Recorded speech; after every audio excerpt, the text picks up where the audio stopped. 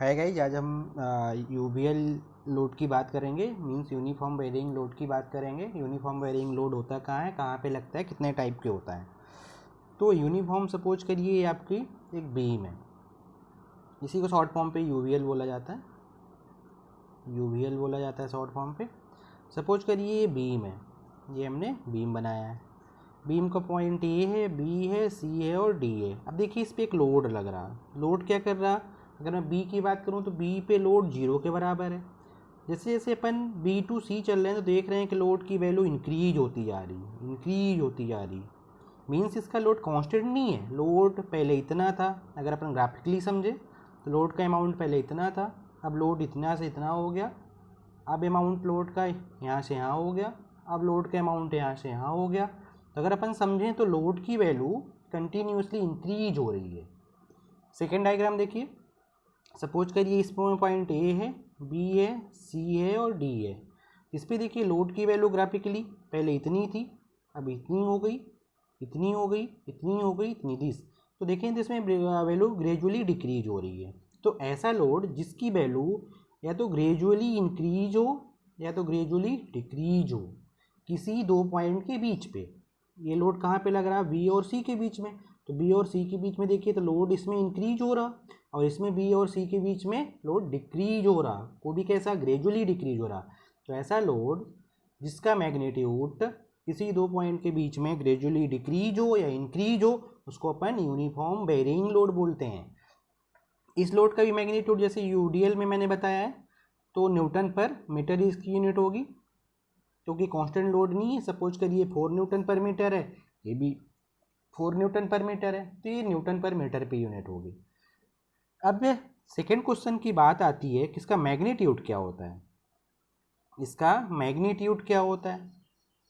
जैसे उसमें मैंने यूवीएल में यूनिफॉर्म डिस्ट्रीब्यूशन लोड में बताया था, उसका मैग्नीट्यूड अपन कैसे निकाल देते, तो जितना मैग्नीट्यूड होता था इनटू लेंथ।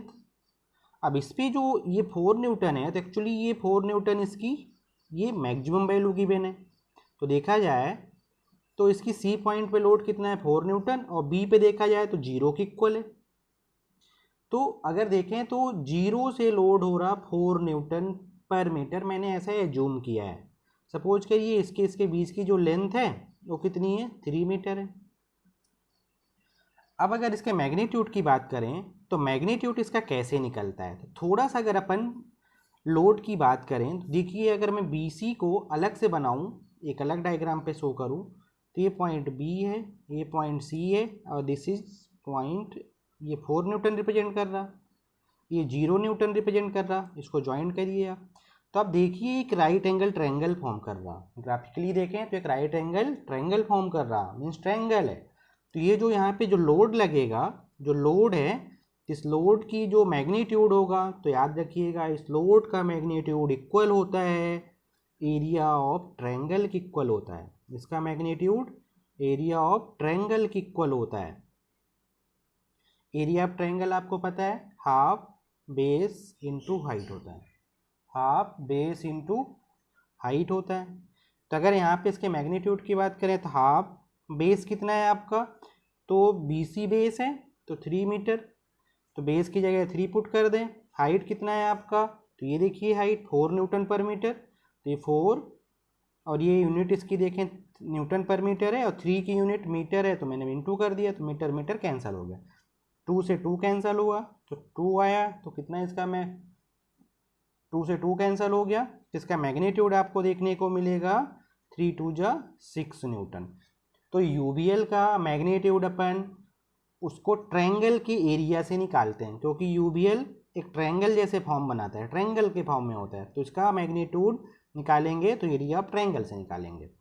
लेंथ बेस हो जाता है, तो इसका जो मैक्सिमम मैग्नीट्यूड है, मैक्सिमम मैग्नीट्यूड, एक मैग्नीट्यूड 0 है, दूसरा 4 है, तो जो मैक्सिमम मैग्नीट्यूड है वो हाइट हो जाती है। तो बेस इंटू हाइट सारी वैल्यू पुट करेंगे तो उसका मैग्नीट्यूड इतना आएगा 6 न्यूटन। वैल्यू कुछ भी हो सकती है, ये तो मैंने एग्जांपल के लिए आपको समझाया।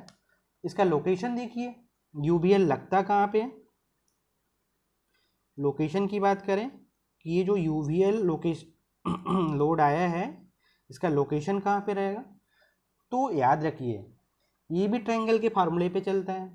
यूवीएल जो कहाँ पे लगता है, तो ये centre of gravity CG of triangle पे लगता है, ट्रायंगल के CG पे लगता है। अब ट्रायंगल का CG mean centre of gravity पे लगता है, तो सबसे पहले आपको इसके वैल्यू के लिए सेंटर ऑफ ग्रेविटी ट्रायंगल की पहचाननी पड़ेगी। ट्रायंगल की सेंटर ऑफ ग्रेविटी क्या होती है,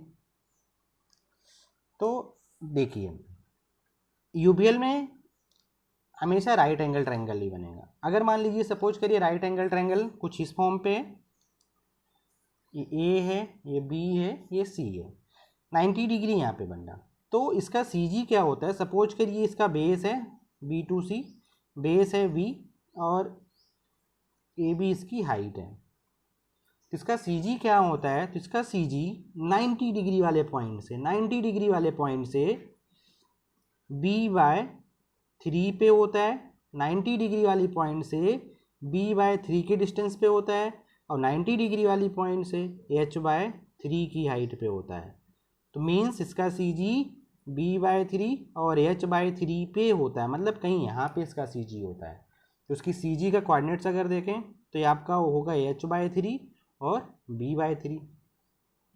तो ऐसे ही जो अपना डायग्राम था, इस डायग्राम पे आप समझे, तो ये कहाँ पे लगेगा, तो इसके CG पे लगेगा। 90 डिग्री ये हुआ, इसकी CG 90 डिग्री से मैंने बताया था, 90 डिग्री से मैंने बताया कि 90 डिग्री से B/3 पे, B/3 के डिस्टेंस पे होता है। तो ये 90 डिग्री है, इसका B कितना है 3 मीटर, तो C से कितनी दूरी पे लोड लगेगा, तो मैंने क्या होता है CG B/3 90 डिग्री से, तो ये 3/3 है, तो B तो कितना लगेगा 1 मीटर, मतलब C से 1 मीटर की दूरी पे, सपोज करिए टोटल 3 मीटर था, तो 1 मीटर ही हो जाएगा। तो 1 मीटर की डिस्टेंस पे आपका इस लोड लगेगा, मतलब 3 मीटर ये है। इस डायग्राम पे आप इसको अगर एक्सप्लेन करना हो तो C पॉइंट से इस पर्टिकुलर पॉइंट पे इसका मैग्नीट्यूड वर्क करेगा, मतलब आपका जो 6 न्यूटन आया है मैग्नीट्यूड वो यहाँ पे वर्क करेगा। तो ये आपका यूवीएल हो गया। एक डायग्राम जल्दी से देखते हैं, दूसरा डायग्राम यूवीएल का कैलकुलेट करके आपको एग्जांपल देके समझा देते हैं, जिससे आपको ये टोटल क्लियर, ओवरऑल क्लियर हो जाए। सपोज करिए ये बीम थी, ये यूवीएल ऐसे लगा हुआ है, ये बीम पे सपोज करिए एंड पॉइंट पे रिएक्शन लगा है, ये लोड लगे हैं, यूवीएल लोड लगा है, यहाँ पे इसका मैग्नीट्यूड है सपोज करिए 6 न्यूटन पर मीटर, यहाँ पे इसका मैग्नीट्यूड सपोज करिए 0 दिया है। ये पॉइंट A है, ये B है, ये C है, ये D है। B से C की डिस्टेंस सपोज कर लीजिए आपका कितना है 6 मीटर है, ये भी आपका 3 मीटर है, 5 मीटर ही जूम कर लीजिए, ये आपको 2 मीटर है, जूम कर लीजिए। इसको कैलकुलेट करेंगे तो सबसे पहले इसका मैग्नीट्यूड यूवीएल का निकालेंगे। तो हमको पता है कि यूवीएल का मैग्नीट्यूड किसके इक्वल होता है, एरिया ऑफ ट्रायंगल, मतलब half base into height. Half इसके बीच में देखेंगे तो 90 डिग्री ये बन रहा है, तो बेस आपका ये होगा BC, मतलब 6 है। हाइट मैंने बोला था 6 न्यूटन पर metre, as a height work करेगा क्योंकि ग्राफिकल मेथड से सॉल्व हो रहा। तो ये आपका 6 इंटू करेंगे, सॉल्व करेंगे इसको, 3 किससे कैंसिल हो जाएगा, ये 18 न्यूटन आपका इसका मैग्नीट्यूड हो जाएगा। इसकी लोकेशन मैंने लोकेशन के लिए बताया है कि CG पे लगता है, CG ऑफ ट्रायंगल पे लगता है। तो ट्रायंगल आपका कौन सा है, ये ट्रायंगल है।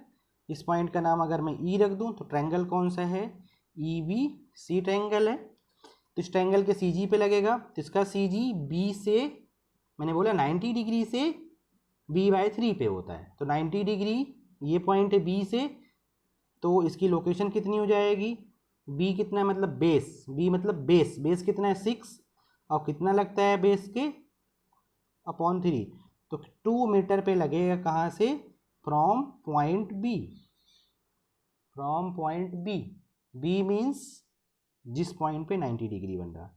इसका अगर आप डायग्राम बनाएंगे, फ्रीली डायग्राम बनाएंगे, तो ये आपका मैग्नीट्यूड हो जाएगा 18 न्यूटन, और कहाँ से लगेगा, तो यहाँ से 3 पे लगेगा, मतलब कहीं यहाँ पे आपका लोड 18 न्यूटन लगेगा, ये पॉइंट, और जो कि इसकी वैल्यू कितनी है 2 मीटर है।